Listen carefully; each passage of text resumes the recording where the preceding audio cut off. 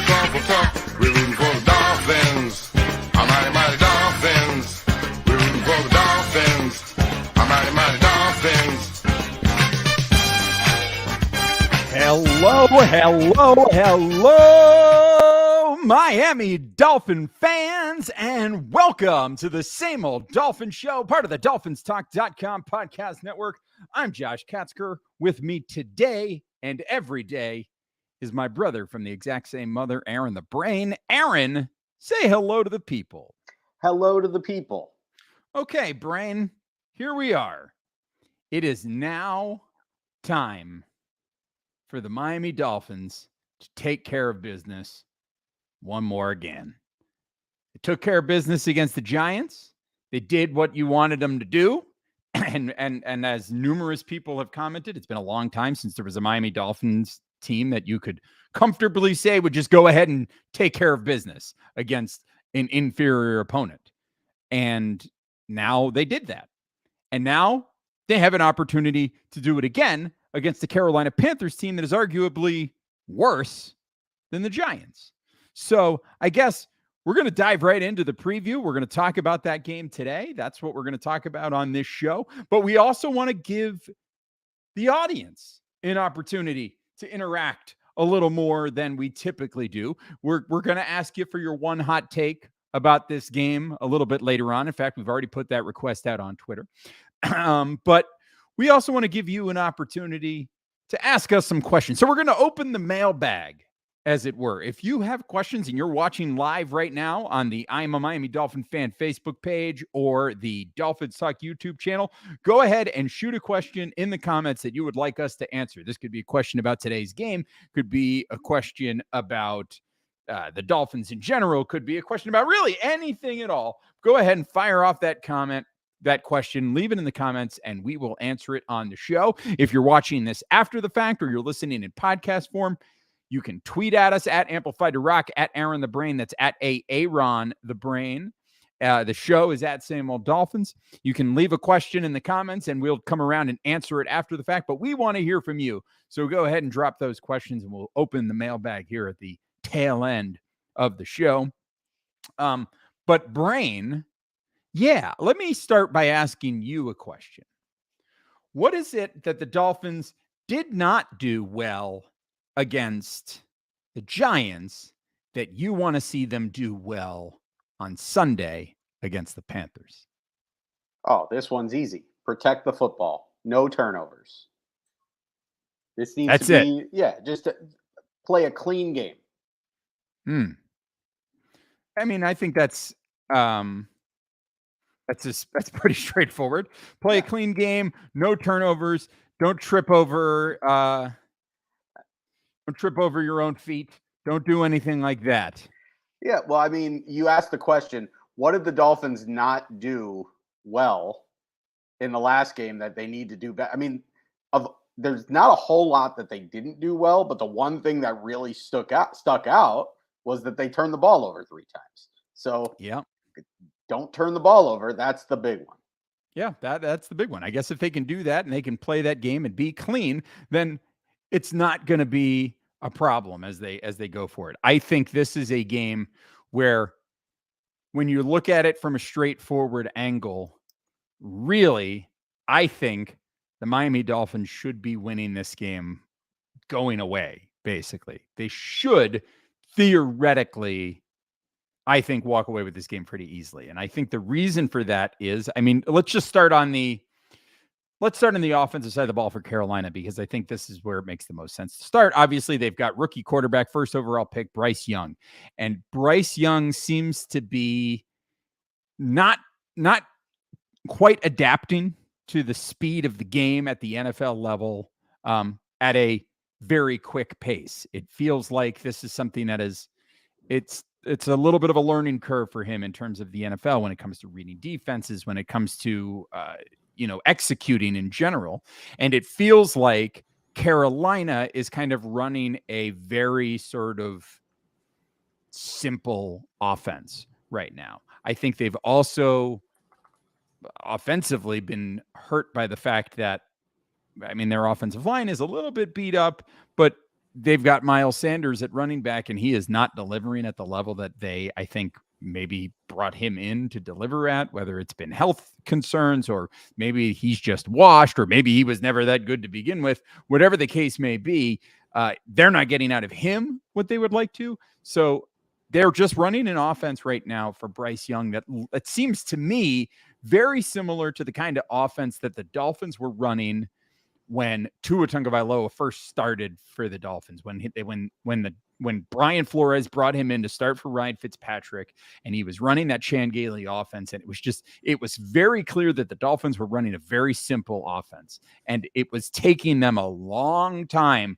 to matriculate down the field. They were having to execute these long, drawn out drives in order to score.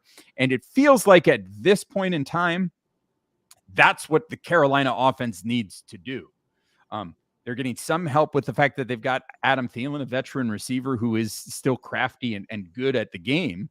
But I mean, other than that, there's not a ton of like elite top tier talent. And the word on the street is that Carolina is on the lookout for a number one receiver. And this is, of course, we're not terribly far removed. We're about a year removed from them trading away Christian McCaffrey and trading away DJ Moore in the offseason. So this is a team that is very stripped down and is just not in a place where I don't think their objective is to win a whole lot of football games this year, Brain. Well, I mean, maybe from a front office perspective, but I don't think that they're coming in. I don't think this is a tank season. I think this is, kind of a first year of a rebuild season. And I think, I think you bring in a Frank Reich as the head coach. I don't think that their expectation is to be the worst team in the league. I think they probably feel like they very easily could have won a couple of games this season. I think they've been hampered by injuries, which when you're already, on the, in the lower third of the league, as far as talent, you can't really afford to get injuries to key players. And I think that that's happened to them and that's compounded the issue. And I think when you're starting a rookie quarterback who is clearly, going through some growing pains, trying to adjust to the NFL game, I think you're going to get off to a slow start there. So I think all of those things contribute.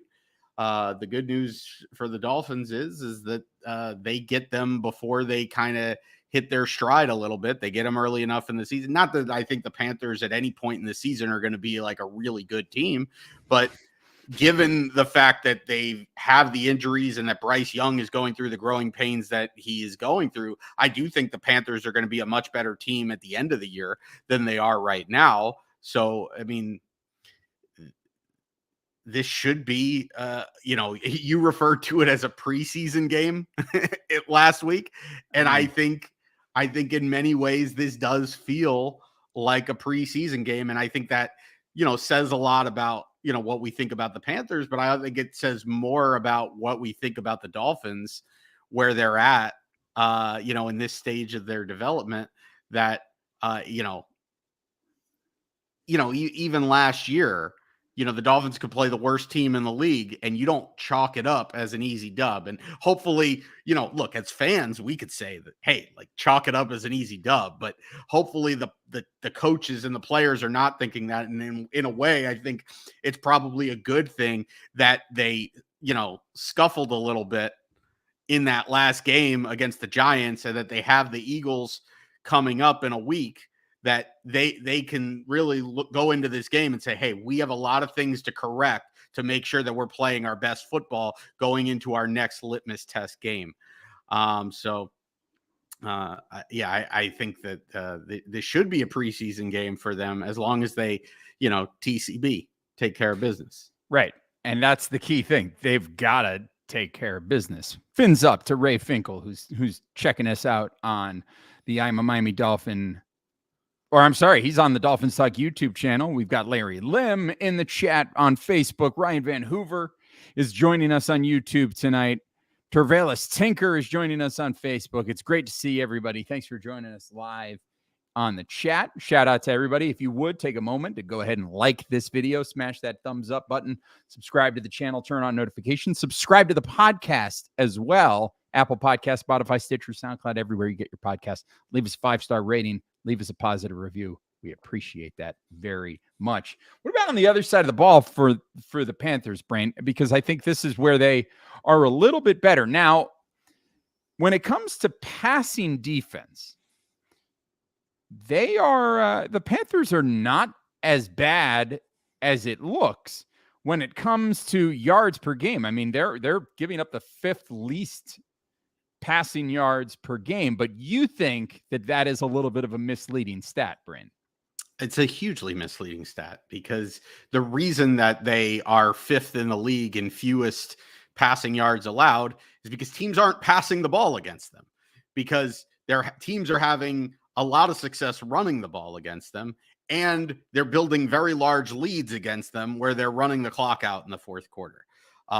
Case in point, if you actually look at opponents' yards passing per attempt, they're like 18th in the league, and like opponents' passer rating against, they're like 22nd in the league.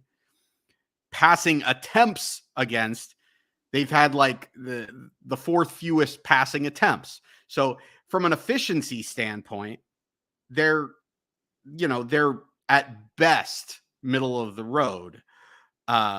The only reason that they have given up so few yards is because they've had so few pass attempts to play against. Now, I will say they are forcing some turnovers. They are getting after the quarterback on those dropbacks, but so it maybe their pass defense is the strength of their team, but that doesn't say much when your rush defense is as bad as theirs is. So with Miami having as much success as they've had running the football and going into a game against Philadelphia next week where you're gonna want to be able to be clicking and firing on all cylinders, I think this is a good matchup, especially with the news that Devon Achane is going to go on IR. I think let's kind of tinker a little bit. I don't think we need to do a whole lot of experimenting with like different play calling and all that, but figure out, all right, we know Raheem Mostert has been really good, but who's going to be the number 2 back? Is it going to be Savon Ahmed? Is Jeff Wilson going to get in there? Is Chris Brooks going to get some carries? Like, tinker with a few things, get yourself comfortable with what you've got in that backfield without taking away from the flow of the offense. But this should be a relatively stress-free game. And this should be a team that you should be able to run the ball at will against. If you really believe that the Dolphins have a dominant running game, which thus far they have, they should be able to put up some monster rushing numbers in this game.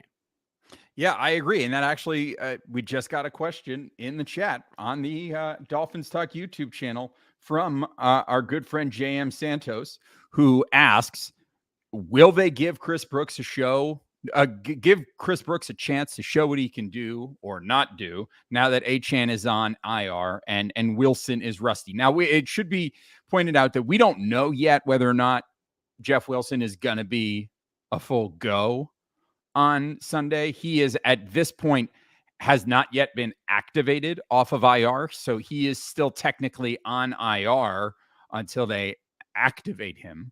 And so they don't necessarily need to do that this week. So I would expect this to be a pretty heavy Raheem Mostert game, probably a little mix in some Savon Ahmed.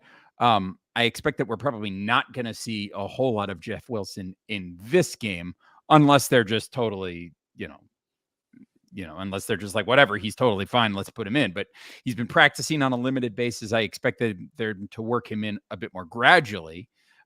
So that's kind of what my thought is in terms of what the Dolphins are going to do here. But yeah, I agree with the fact that they should mix it up. And this is an opportunity for them to experiment a little bit. Obviously, you don't want to get too far outside of the box, but this is a team that you should be able to do really well against. Listen, this is a team that is allowing 140 something yards per game on the ground. You're averaging 185 yards per game on the ground. You might just be able to just put the ball, smash them down, smack them in the mouth with your running game and not have to have Tua flinging the ball all over the yard. It's kind of that kind of situation. And what a great place to be, Yeah, well, and it's worth noting that the best player on the Carolina Panthers is Brian Burns. So he's an edge rusher. What's the best way to take the opposing edge rusher out of the game? Run the football. So you take Brian Burns out of the game, you take away Carolina's best player if you just run the ball effectively. Also worth pointing out that J.C. Horn is their best defensive back, and he's still on IR, so he's not going to be active for this game. So I think 3 of their top 4 corners are actually not going to be played. So it's the Dolphins should really be able to do whatever they want in this game. Given that they should be able to do whatever they want, I would prefer they take less risks and just take care of business and make this a relatively easy game and just, run the ball 40 times and call it a day. Can I tell you know what is great about this? And this is such a switch from years past, because ultimately this is how this game goes. I mean, and how many times have the Dolphins been on the other side of this?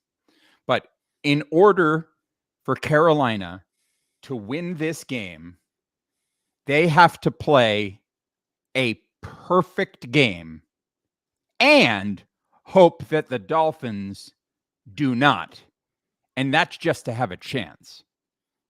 There were so many times in the past where the Dolphins were that team that was so badly overmatched that they had to go in and play an absolutely perfect game and hope that the other team didn't play a perfect game, and that allowed them the space to come back and win. And this is one of those games where if the Dolphins just go in and they play a clean game and they don't make mistakes and they don't shoot themselves in the foot, they're going to win this game, and they're going to win it handily.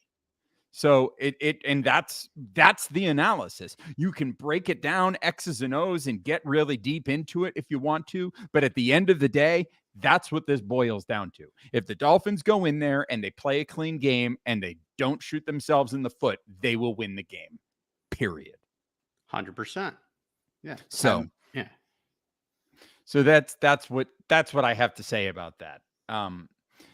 Something else that you want to do, if you're somebody that wants to play a perfect game for yourself, you should probably be using Caldera Labs, because they're going to make your face look like a perfect game, baby. They're going to make your face look fantastic. They got a new thing for your beard. It's called the Beard. So you can go to Caldera Lab. You can get the eye serum. You get the face stuff. All of the good products over there at Caldera Lab. They're all going to make you look youthful and exciting and exuberant. These are all adjectives that you'll be able to use about your face if you use Caldera Labs. So go to calderalab.com. Use the promo code DolphinsTalk and get 20% off of your order so that you can be exuberant and energetic and delightful. And what's another good word that might describe somebody's face after using Caldera Lab? Scrumtrulescent. Scrumtrulescent. Excellent. Excellent. I'm sure that our boy Kevin Dern appreciates your use of Scrumtrulescent, as does James Lipton. Rest in peace. All right, so we opened up the mailbag, Brent, and we've got some questions. And again, we'll shout it out. If you're watching us live, go ahead and drop a question in the comments. We've got some already on the Dolphins Talk YouTube channel and the I Am a Miami Dolphin Fan Facebook page. So drop a question in there, and we'll answer them here. We'll do a little mailbag segment here. Brain, you ready for some questions? Yeah, let's do it. First one comes from Omar Davila on Twitter. And they say, can we please trade for a center? 3rd round pick is fine. Oof. No. I mean, not that I wouldn't love to have a backup center option that's better than Liam Eichenberg. But I'm not trading anything of that. Certainly not trading a 3rd-round pick, a top 100 pick for a center when Connor Williams has been really good. Now, you can argue the snap stuff, but we haven't really seen that the last couple of games. And the fact is what he does particularly in the running game, with how quickly he gets to the second level on these running plays. Like, you talk about the dominance that the Dolphins have had in the running game. And preface this by also what you said about Miles Sanders. Oh, well, is Miles Sanders washed? Or maybe he wasn't that good to begin with. How many times have we sat here on this show the last few years when people have bemoaned the Dolphins not drafting running backs and ignoring the running back position? And we said the running back position largely doesn't matter, because if you have a great offensive line, you will be able to run the football.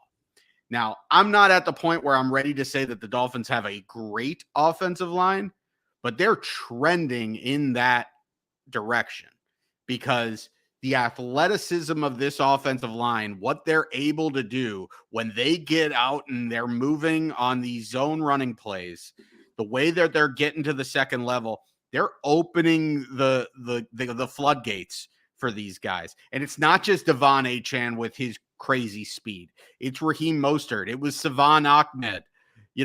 Hell, even Chris Brooks in the carry that he got against Denver went for like 50 plus. Like, this Dolphins running attack on the edges has been dominant, and it's largely because of the offensive line. So do I want to see us get an upgrade at our backup center? Sure. Am I trading anything of value to get it? Absolutely not. Can I just give it a shout out to our dearly departed Dan Feeney? We had a backup center. He's not dead. He just doesn't work here anymore. Yeah. Oh, my man. I mean, what an upgrade over Liam Eichenberg it would be. My God. And then we're like, hey, we'll just trade him to Chicago for some coffee filters. Well, they saved like $1 million. Yeah, I know. I'm saying. So, all right. So that was a question from Omar. We got another question here from at Doug's GT500. He says, isn't it now obvious that the Chubb deal was the wrong trade to make last year, and instead the Dolphins should have done everything possible to facilitate a trade for Roquan Smith instead? It's a fair point. I was not a fan of the Chubb trade when it happened. You were vocal about it. Yeah. You got buried. You got buried for your take on it. I did get buried. And, it wasn't even the part about Chubb that people buried me about. It was the part that I called the Dolphins a fringe playoff team, which is hilarious because they clinched their playoff spot in the last week of the season. Right. But I digress. I think in general, there's not a lot that Bradley Chubb is going to be able to do, save for just going on an absolute tear. I don't think that Bradley Chubb, it's not about the trade compensation, because Bradley Chubb can play. It's about what you paid him. It's about the combination. It's about you're giving up a first round pick and you're giving him like $20 million per year. And so my contention at the time was, if you make this trade to bring in Bradley Chubb, you're probably going to kiss Christian Wilkins goodbye. And I know that there's a lot of other factors that are going to play in to the decision about whether or not Christian Wilkins gets a contract extension here. But if Christian Wilkins wants $24 million per year, maybe the Dolphins wouldn't do it regardless, but it'd be a lot easier to stomach that if you weren't paying 20 some odd million for Bradley Chubb at the same time. I think that's probably going to end up being the case. Yeah, I think that's probably fair. All right, so we got a question here. This is from Rich Miller on Twitter at Treetop70BG. I always wanted to know how one of you ended up in New York and the other Florida. So, I mean, this is simple. we grew up in South Florida. That's where we're from, born and raised. The booming metropolis of Pembroke Pines, Florida. That's kind of where we're from. And I went to school at UCF, and immediately out of school got hired in New York. And so I moved to New York, and I was here for a few years, and then I went back to school. I lived in Arizona for a little while, lived in Chicago for a little while, and then came back for another job here in Central New York. So that's how that worked. And the brain has basically lived a little while in Orlando, and then a little while in Tampa, but has mostly gravitated back to South Florida. And so that's kind of the deal. There's no big story about that, really, at the end of the day, but that's kind of where things are. Let's see. Another couple of questions here from Ryan Van Hoover. He says, would you keep Kendall Lamb at left tackle even when Armstead gets healthy? No. Not even close. No. Teron Armstead comes in. It's such an upgrade. Kendall Lamb is fine. He is a serviceable backup. He's not a turnstile. And I think we have been conditioned to expect our offensive linemen to be turnstiles for so long that now that you have somebody that can step in for Armstead and not just get completely run over, it makes you feel like, wow, he's doing a great job. But it is such an upgrade when Armstead is in there. And again, it's no coincidence that Armstead played his one complete game of the season was the Denver game. So, put 2 and 2 together. Yeah. Bobby B says, is Dolphins talk going to the game? I'm flying down from Jersey. Yes. Dolphins talk is going to the game. Mike and Tom will be down at the game this Sunday. I believe Aaron is not going to be at the game this Sunday, but he's getting together with Mike and Tom while they're in South Florida. But I know that Mike and Tom are going to be around, so make sure you're following at Dolphins Talk. And I know they're trying to do some sort of public gathering of some sort with folks while they're down there. So keep an eye on it, and you'll find out what they're doing. JM Santos, we addressed that question about Chris Brooks already. Ray Finkel wants to know any juicy trade rumors, Brain. I don't know. I know that Denver is supposedly going to be moving on from Frank Clark, I believe, was the report that came out. But I mean, he's a defensive end. I don't know that that's something that the Dolphins need a ton of help in, and making a trade to acquire somebody at that position, I don't think is a priority. I think if you're the Dolphins, you're probably really looking help at inside linebacker. If you're going to bring somebody in, you might look for some additional help in the secondary. You might look for help to bolster the offensive line. I don't think you're looking to bolster your edge defenders. I think you're doing pretty well right there at this point, and you've got a little bit of you can always use more depth. So, I mean, I guess it's not a 0% chance, but I don't know that anything like that. And I haven't heard anything about any kind of specific moves that are imminent or on the horizon for the Dolphins just yet. So I guess we can keep our eyes on that. And go ahead. Yeah, I haven't heard anything specifically. I don't know. I can't speak to really any rumors. But I do think that you'll see the Dolphins actively shopping some of their pieces for draft capital. We know that the Dolphins are a team that is looking to add draft capital, and they've got, they've got a surplus of talent in a couple of positions. I think running back is obviously one. Obviously, with Achane going on the IR, maybe that gives you a little bit of pause there. So you might see the Dolphins take a little bit of a more cautious approach. And I think, they'll get a lot of cap relief if they can trade Cedric Wilson, who I believe they're actively shopping, but I also believe that they're at the same time keeping an eye on the development of Claypool, who they just brought in, to make sure that if they're going to trade Cedric Wilson, that they have a suitable replacement, which would be Claypool. Yeah, and that brings us to the final question. Well, not the final question. We have one more, but Jordan Murray says, do you think we'll see a few plays with Claypool on Sunday? I think it's a possibility. I think it's certainly a possibility that we could see him get involved. It feels like he's still learning this offense and he's still getting acclimated to it, but I'm sure there may be a couple of packages where he gets involved. I also think there may be more benefit to holding him out. And if you have plans to introduce him, have that be something that you introduce against Philadelphia in the following week. But I mean, it's certainly possible that we could see a little bit of Chase Claypool on Sunday.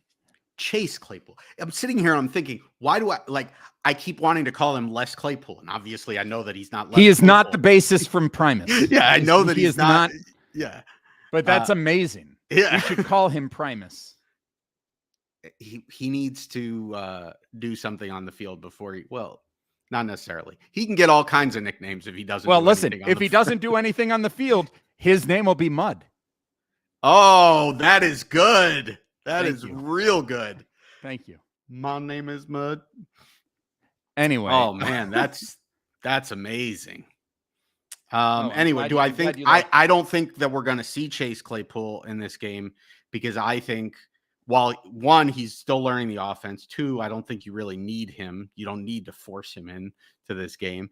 And three, if you are actively trying to shop around Cedric Wilson, you need to keep showcasing Cedric Wilson.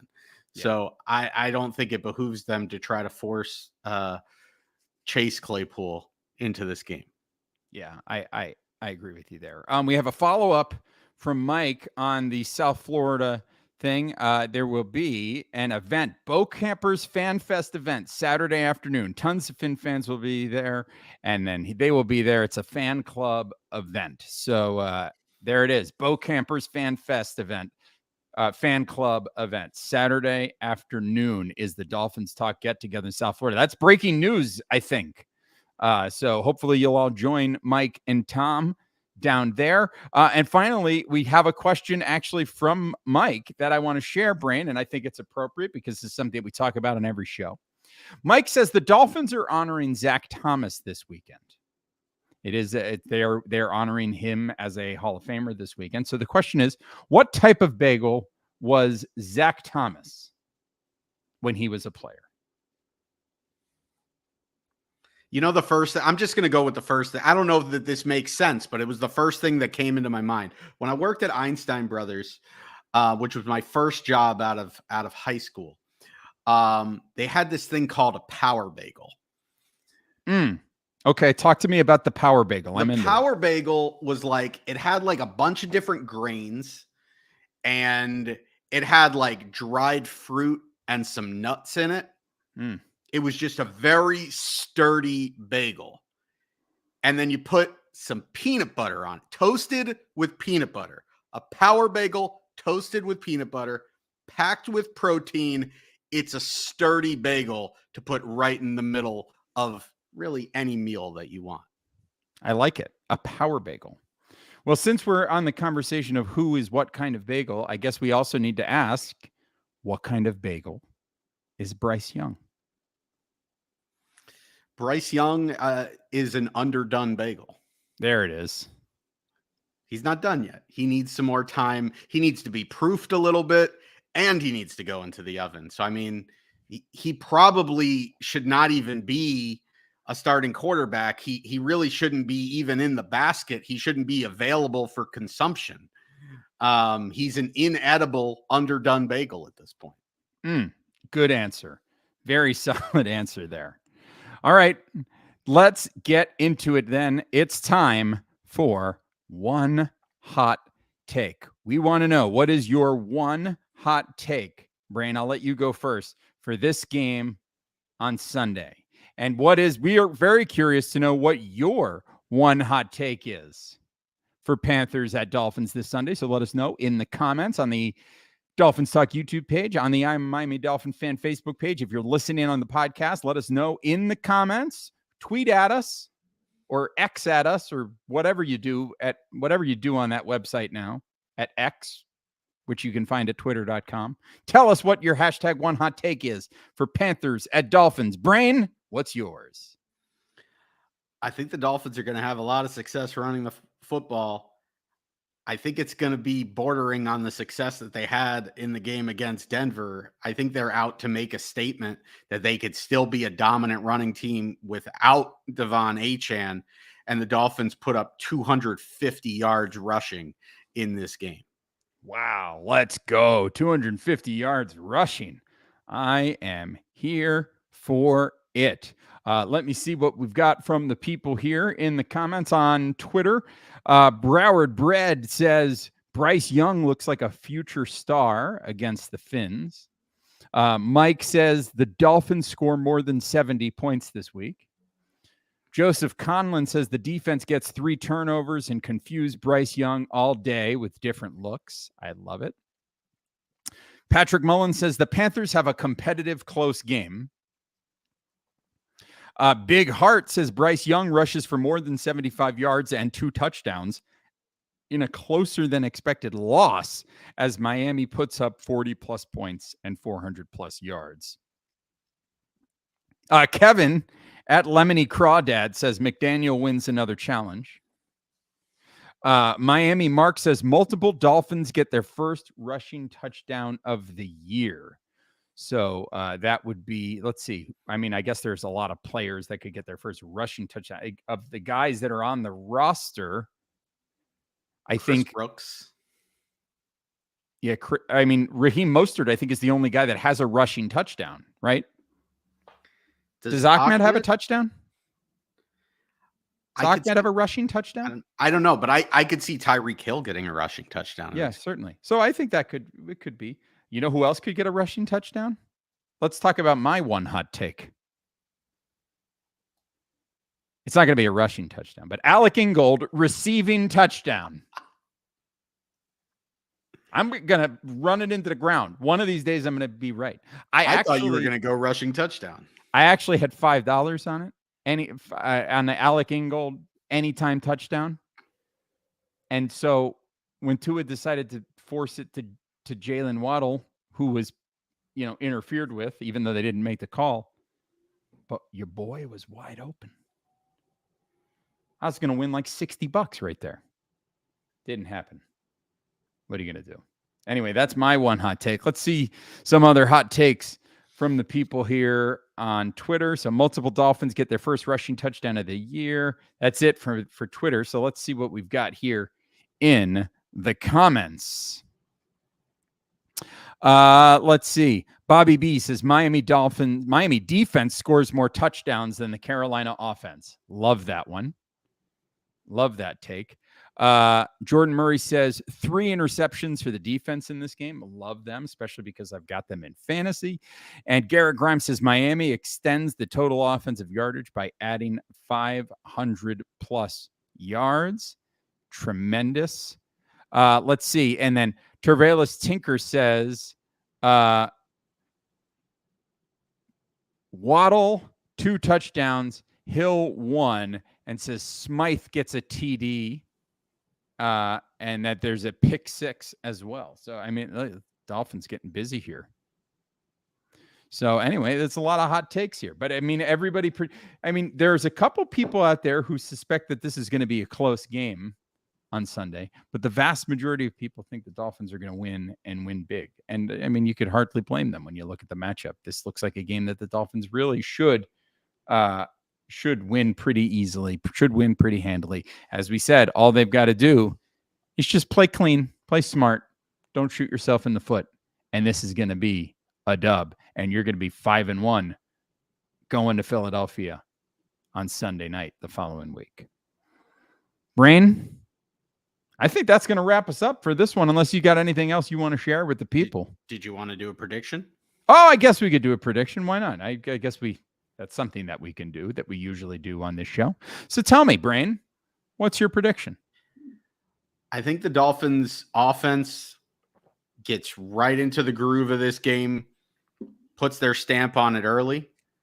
I think the defense, I don't think that the defense is going to necessarily wow anybody with putting a whole bunch of pressure and looking like super dominant, but I think they're going to play solid. I think they're going to stay back. They're going to play soft coverage because they're not going to give up big plays, and they're going to make the Panthers have to go 10 to 15 plays to score touchdowns and bet that they're probably going to screw up at some point, which I think is probably the right move, especially when you have an offense like Miami has.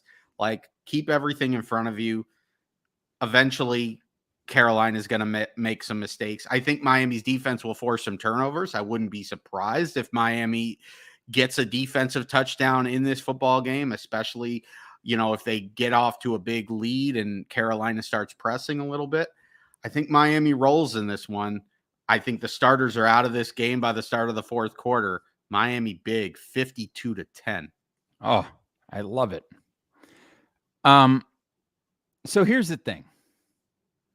Miami's rush defense is 18th in the league right now. But a lot of that is because of the fact that they gave up 234 yards in that first game against the Chargers. Their average now is 115.8 in the game, but like in the 3 games after that, they've only given up about 86 yards a game on the ground. So this is a running defense that has turned it around. And I think that this is going to be a game where the Dolphins' run defense is really going to come to play. I think they're going to be strong, and I think they're going to take care of business. I think the offense is going to be clicking on all cylinders, and I really think that this is a game that is going to fill Dolphin fans with confidence going into the game the following week against Philadelphia. So give me the Dolphins to win this game. Win big, confusing Bryce Young.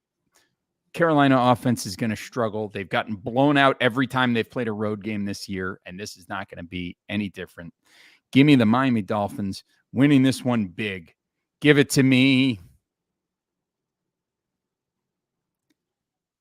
66-9. Ooh, 60 burger.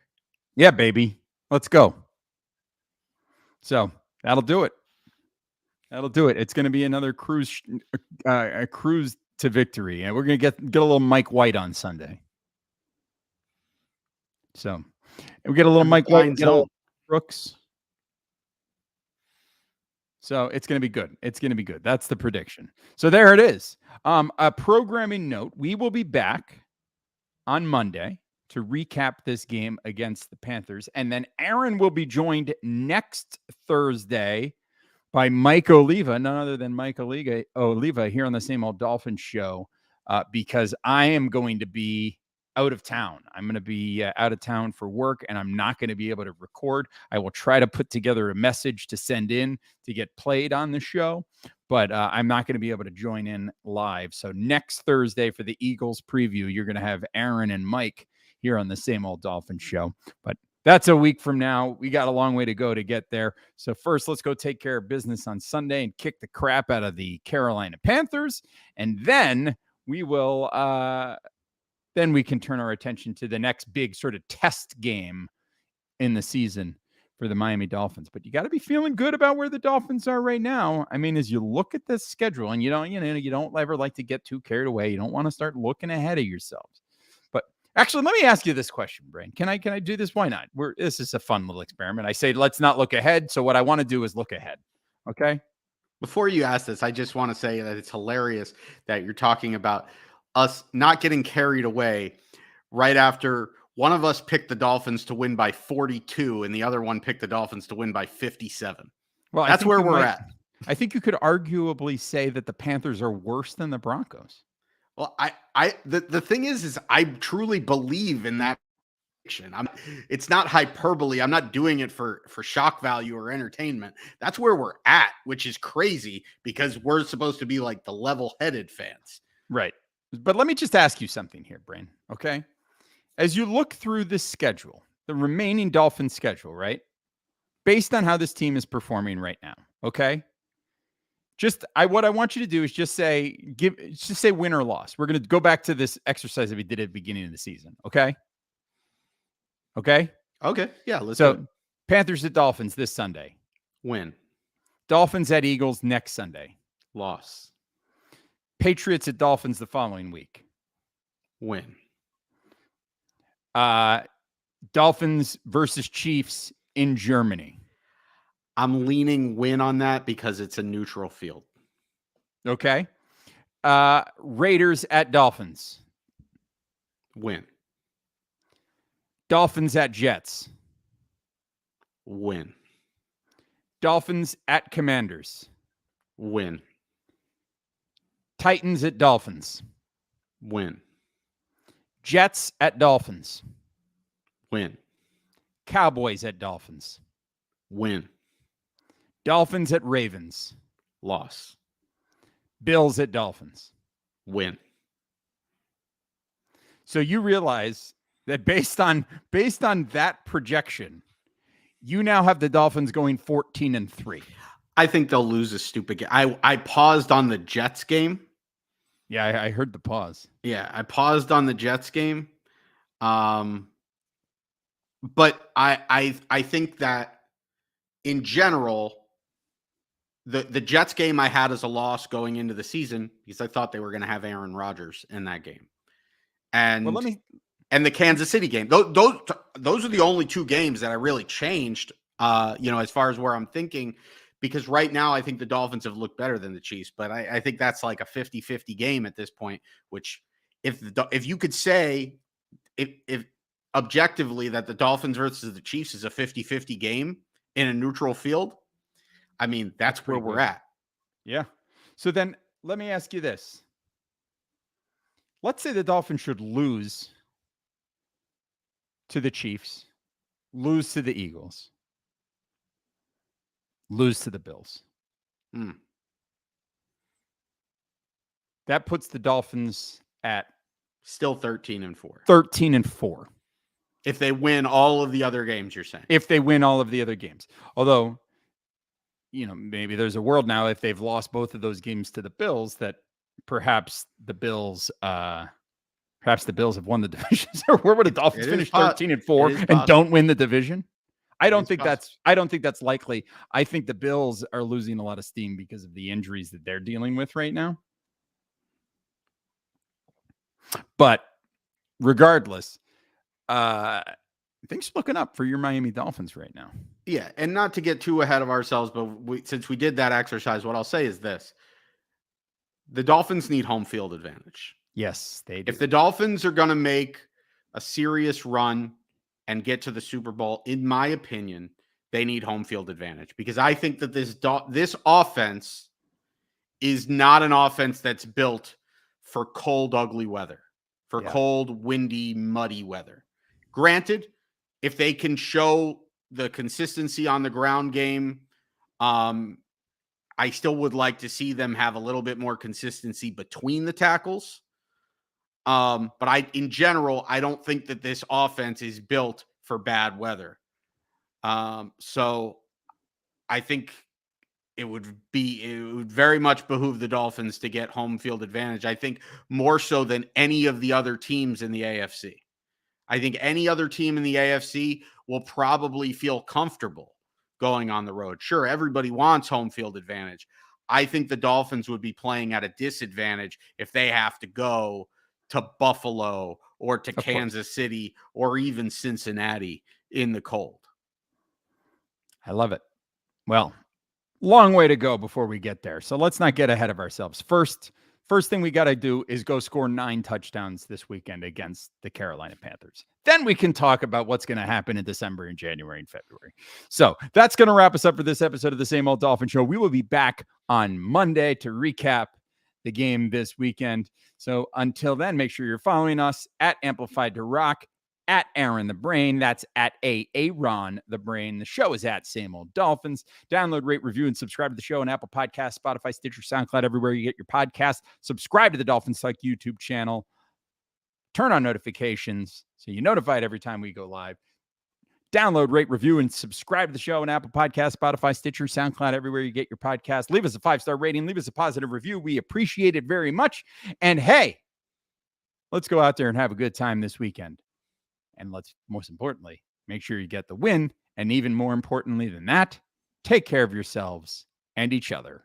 And as always, go Dolphins! In the immortal words of Ray Finkel, fins up and laces out.